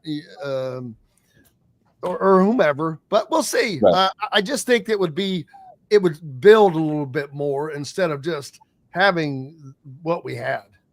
Sure. Yeah. I mean, it would have been interesting. I mean, but like really what it would have flipped is like, Arizona State would have been the 12, it probably would have been, Indiana, Boise State, Arizona State at the end. And so you would have had, like Penn State, Notre Dame would have been higher up, would have been like 4 or 5 somewhere, like Indiana would have actually hosted a game. Indiana would have hosted a game. They would have been 8th. Okay. All right. They got bumped 2 spots because of Arizona State and Boise State. I didn't realize they were that high up there. Okay. Yeah. Yeah. No, it would have been a different. It obviously would have been a different scenario. You still could have had some blowouts. Obviously you could have ended up with some teams playing some teams that were, not. Boise State would have still had to play somebody. Arizona State would still have to play somebody. I'm trying to think of who else got beat up in the first round. Obviously Tennessee, Tennessee was a relatively highly rated team, and they got smacked by Ohio State. They might have avoided Ohio State and played somebody beatable for them. Tennessee might have ended up getting, moving on. And who am I forget? Well, yeah, like SMU obviously probably would have been in a similar scenario. Whoever they would have played, they probably would have been, maybe lower than Boise State, maybe higher than Arizona State, so they would have got maybe a 2 seed or somebody like that. There still could have been some blowouts there. To me, I think 8 teams belong more or less. That's kind of my overarching thought in terms of what makes sense here. And so if they go bigger, they go bigger. But I think you're already seeing a scenario that there were 8 teams that really had a shot. That really had a chance to win it. And, obviously the 8th seed and the 7th seed are in it, which seems odd, but doesn't, because, Ohio State probably should have, not based on what they did, Ohio State should have been the number 1 team in the country. They not that they should have been ranked number 1, because when you get beat by Michigan, like they got beat by Michigan, they were where they belonged, what the record says there was. But from a talent standpoint, that's the most talented team in the country.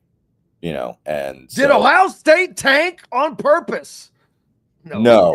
It only made life rough. I promise they didn't lose to Michigan on purpose. I promise Ryan Day didn't have just weeks of utter misery, apparently on purpose. So, yeah, I mean, they're loaded, and I don't know. I mean, so you could change certain things if they're going to go from 12 to 16. What's the difference? But I think it'd be better off they cut it down to 8. Well, I do agree with you that the 8 teams are the ones that are probably going to win it. But I think you need those other 4 or whatever it ends up being just to now you don't have to listen to anybody whining and moaning, because you will always have somebody whining and moaning. But I mean, it's not real. Yeah. Exactly. I get that. You're right. That's part of the deal. That's weird. They'll do it no matter how many. If they let, I mean, shoot, there's crying and moaning when they let in 68.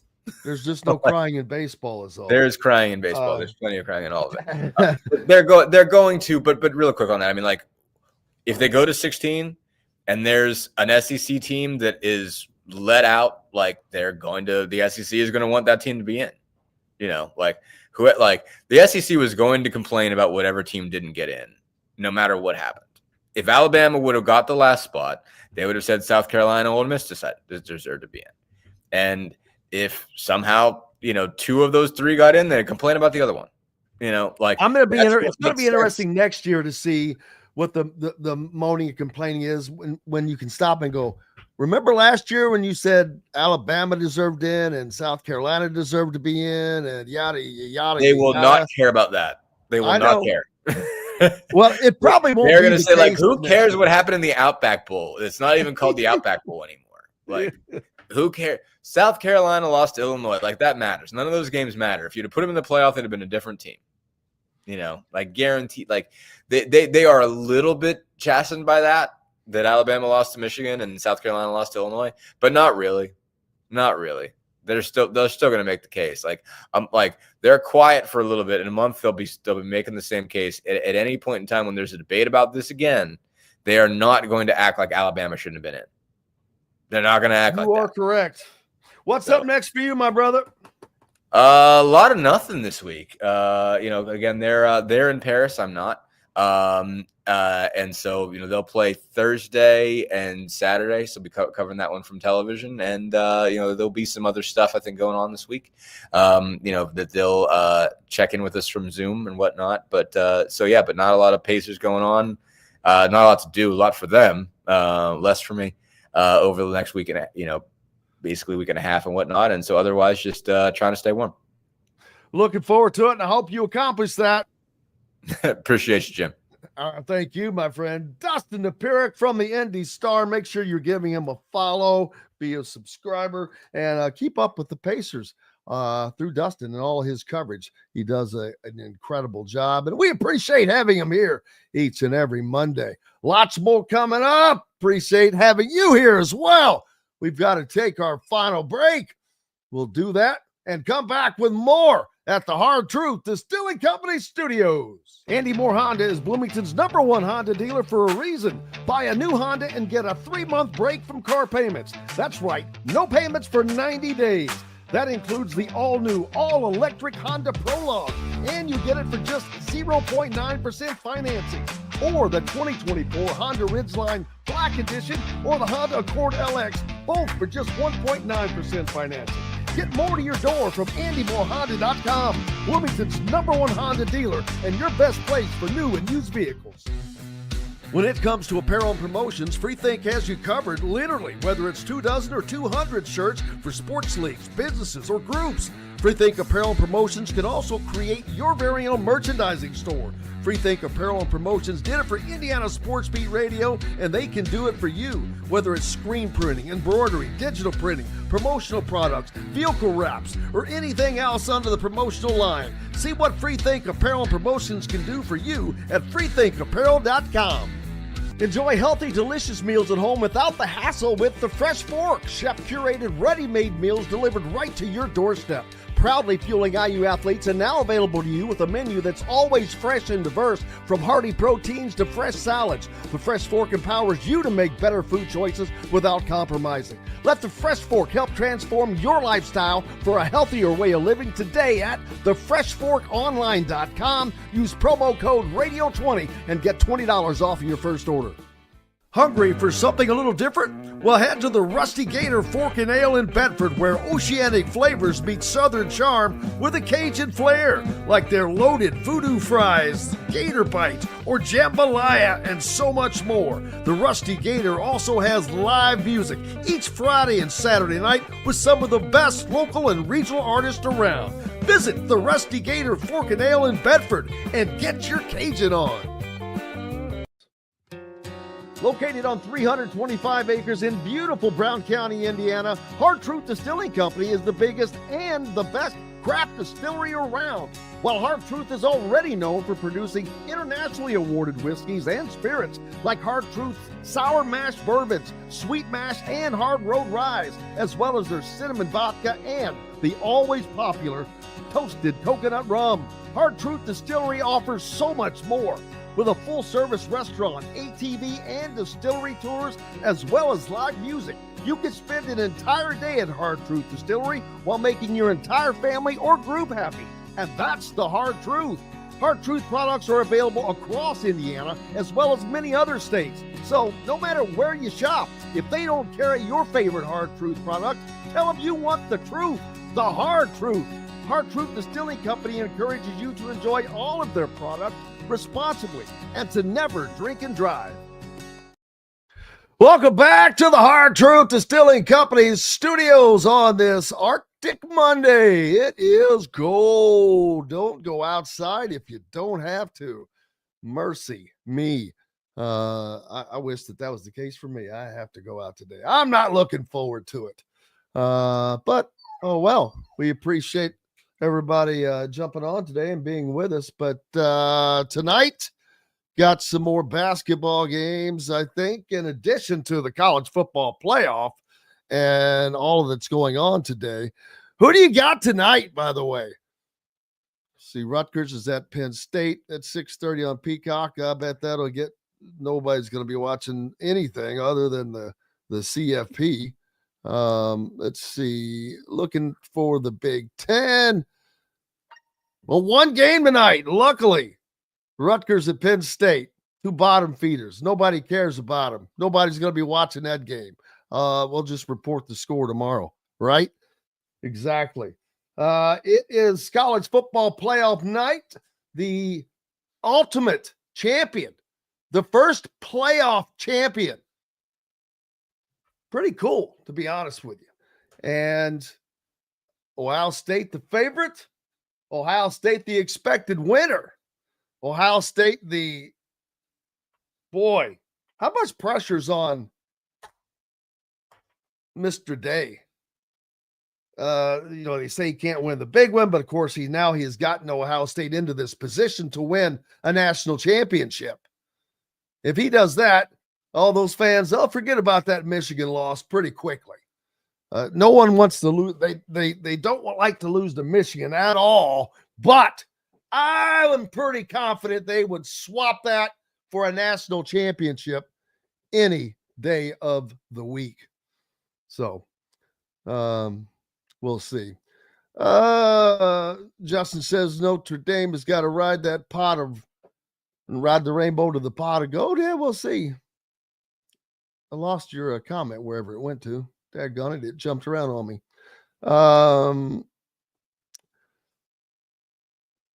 If no Woodson, will Sisley still commit or open this thing up for Duke? I've seen a whole bunch of comments here. Look, Trent Sisley is coming to Indiana. Okay? End of story, period. I don't care who is or is not the coach. Trent Sisley is coming to Indiana. He committed to Indiana. I saw someone earlier say that he committed to Indiana, not Woodson, and that's not always the case. A lot of times players commit to coaches. more often than not these days. That's not the case here. Trent Sisley has committed to Indiana. He will be at Indiana. And Indiana, that's not always a fortunate thing unless you're getting a really good player.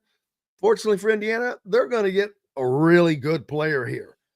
They're getting a guy that's probably going to be in the system for, minimum of 3 years, if not 4. A rarity. Unless Trent gets heading to the NBA or something, I would expect him to be at IU for 4 years. He's going to be a solid player from the get-go. He will play in his freshman season. I'm not going to say he's going to start because there's no way on God's green earth I have any idea what next season's roster will look like. No one does. No one does. Because while I do expect there to be a coaching change, I'm not going to pretend otherwise.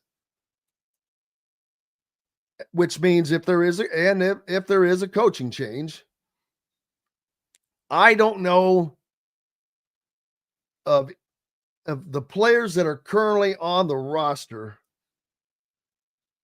I am trying to think of one that I would say, I would imagine that they're still here next year.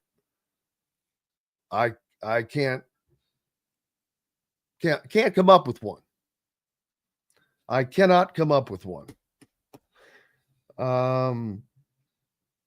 Trent Sisley is the only name for certain that I am confident to say will be on the IU roster next season. We'll see. That's a long ways off. But I think it's going to be I think things are going to take a positive turn for Indiana at some point here. And that, can you imagine if they get their guy, if they do make a change, they get the guy, you get the right guy, things happen fast. There's no reason for them not to anymore. They do. And I'm looking forward to that for Indiana because it's a lot more fun to cover a winter. I got to tell you, I expected this to happen a long time ago with all these changes that have happened, but it hasn't been the case. I expect Indiana football to be better. I've said this a ton. I think they're going to be better next year than they were this past season. As far as a team, I think they're going to be just a little more solid all the way around. I think having that first year under their belt for the coaches here, not as a coach, but when you're at a new place, it's a lot of change. It's a lot of change in every way. A lot of routine changes, just changes in where you live, where you're eating, just all kinds of changes. So that second year, a lot more comfortable. Everyone is a lot more comfortable. I think that's going to matter for Indiana. I think Indiana, it's going to be fun because the college football playoff is fun. It's fun to talk about. It's fun to watch teams chase it. It's fun to watch teams that are they in? Are they out? I mean, it is fun. The CFP has added a great element of entertainment to us sports fans. And we're very great and we're fortunate to have it. I'm grateful because this was the best season of college football in the history of college football. And we're getting rewarded with a champion of this tournament. Now, how is the game going to turn out? I don't know. Is it going to be a 2-3 score game? I don't know. I don't really care if it is or not, to be honest with you. I enjoy them for what they are. There's going to be plenty of entertainment in this game tonight, and it's going to be fun to watch the pressure that is on Ryan Day, like I said. Whew, Dude, oh my gosh. If he were to lose this game, I don't know that I would go back to Columbus for a while. I'd find a spot to go to. Man, I cannot thank each and every one of you enough for your comments, for being along, for following us. We appreciate you so much. You guys got such great comments every day. Yes, there you go, Jason. Love it.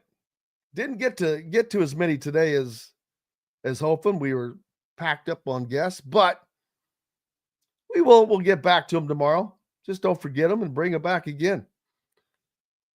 Appreciate you guys. Hank says it, and I do too. Until tomorrow, I'm Jim Coyle. I will see you on the radio. Thanks for listening to Indiana Sports Beat Radio. Be sure to subscribe to our YouTube page for more clips and team coverage of Indiana basketball, football, and more. You can also find full episodes and tons of other content on thehoosier.com. We'll see you next time for another edition of Indiana Sports Beat Radio.